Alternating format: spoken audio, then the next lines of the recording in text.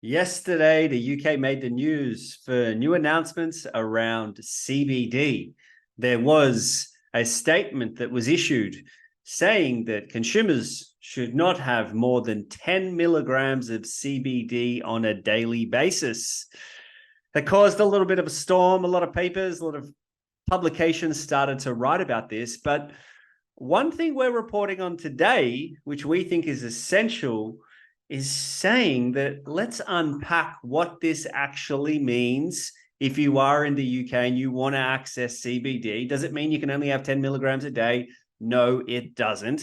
There needs to be a clear distinction between how CBD is used. And I do believe that this is one of the major problems that is occurring in terms of the UK industry. And we're going to dive into that today. We're going to be looking at the latest news out of the UK in terms of recommendations around CBD. This is episode 16. Let's go. So to start off, it's probably helpful to just pause, and there's a few little points that I want to add in, and we're going to go back a few episodes. So I think we're going to start with this here. So let's go. Let's screen it. The data suggests that CBD can be tolerated at relatively high doses. Then I went on to say this. I do think there is a lot of negative press, but discourse around CBD. And it's kind of seen as, oh, it's just CBD to start with. It's not where we need to get to. And then I went on to say these two things as well. I think maybe some education around what sort of dosing is required and how tolerable we can be for CBD can potentially change that discussion. I honestly believe it's undervalued and not enough people, medical professionals, people in the industry, patients, are aware of the significance of what CBD can do for your health and your well-being and how vital it can be as a replacement with a lower safety profile compared to THC. So what am I saying there? I'm saying that CBD, the evidence shows the safety profile of CBD, how well it can be tolerated, supported by studies, and that there's negative press, that there's a lack of education, and that CBD is undervalued. All of that seems consistent with what we're seeing at the moment in terms of some of the reporting on this. Now, let's be very clear in terms of what does the UK system look like? Now, the UK has something called novel foods, CBD, not a full spectrum. So if you remember what a full spectrum is, a full spectrum is, again, and we're going to shoot this, and you see I laugh because a lot of people say, stop telling us that you don't give medical advice and you're not a doctor. I'm going to say it. This is not medical advice. Please consult your doctor around any decisions that you are making in terms of your health care. We are here to support you to make better decisions, and the importance of this issue is about you accessing credible information to be able to support your journey or the journey of the loved ones. So if we have a look, full spectrum CBD contains elements of THC and other cannabinoids as well. I would say, my personal opinion is that I would always be taking a full spectrum or a broad spectrum, which includes a lot of the other minor cannabinoids as well, not only CBD, a wide range of the other cannabinoids, but it doesn't include THC. Now, that is what has been available in the UK, and also isolates, meaning only the isolated compound of CBD, right? So previously, there was a recommendation that you could have more than 70 milligrams in a day, and they've came out and said, due to potential causes for liver damage and thyroid issues, there should be a maximum of 10 milligrams per day.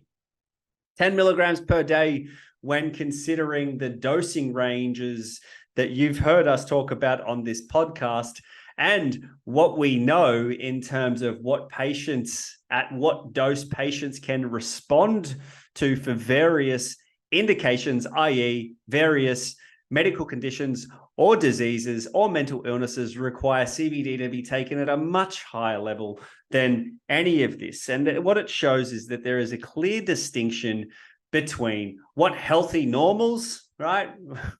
Great word, isn't it? What healthy normals, i.e. individuals without a medical condition, disease, or mental illness could be consuming compared to a medical patient. But I dare say there was also research released out of the US, which indicated that CBD could be tolerated by healthy normals again, way beyond what is coming out of the UK with the 10 milligrams.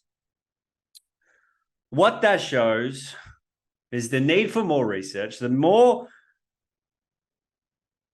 What that shows is the need for more research and all of us working together to set a benchmark of how these options can be integrated into healthcare. And if you are in the UK, it's not a limit. The ceiling isn't 10 milligrams. You can still go through your pathway of speaking to a doctor, getting a prescription, and accessing your CBD as a medicine. CBD, the way we would look at it would be, if you're in the UK, to go down that pathway, go to one of the clinics. We can provide some information, but we also don't want to, we're not aligned with anyone, so we probably won't do that. It's very easy to do a cannabis clinic search of the UK rather than us providing backlinks. We don't have preferences. We are agnostic. We are independent to give you the right information at all times. So do that simple search for yourself. But simply, it's false. It's false reporting. There's two different pathways. One is going down on the high street to somewhere like Holland and Barrett and getting us an inferior product compared to going and getting a prescription and getting the right amount of CBD in your system, or combinations with THC products to be able to support your health, your journey, your sleep, your anxiety, your depression, your pain, a whole range of indications that are all available for you right now. If you want to go back and drill into it, we've covered CBD in a fair bit of detail. Those first clips that we looked at, they were from a prior episode that you'll see here. And then also we did a very interesting case study where we unpacked CBD in a lot of detail. You'll be able to look at that as well. So we recommend you looking at credible evidence-based information to support your decision-making. There's a whole load of options that we've provided to you to go about your day today. As a reminder, this is why we need to be providing better information to be able to support you or loved ones in your health journey. And that's what we are doing at On Tracker, which is powering this weekly podcast that we're bringing to you, which is all about higher living. This was episode 16. We have an absolute bonza of a podcast next week. We've got a special guest that's coming in, a pioneer who has gone about a certain topic in a way, and it is a must watch for Australian patients when you're looking at your rights and what you can do around consuming your cannabis while driving. This is a landmark case, and we'll be covering it exclusively here next week. So tune in. Until then, a happy weekend. Thank you very much. Bye-bye.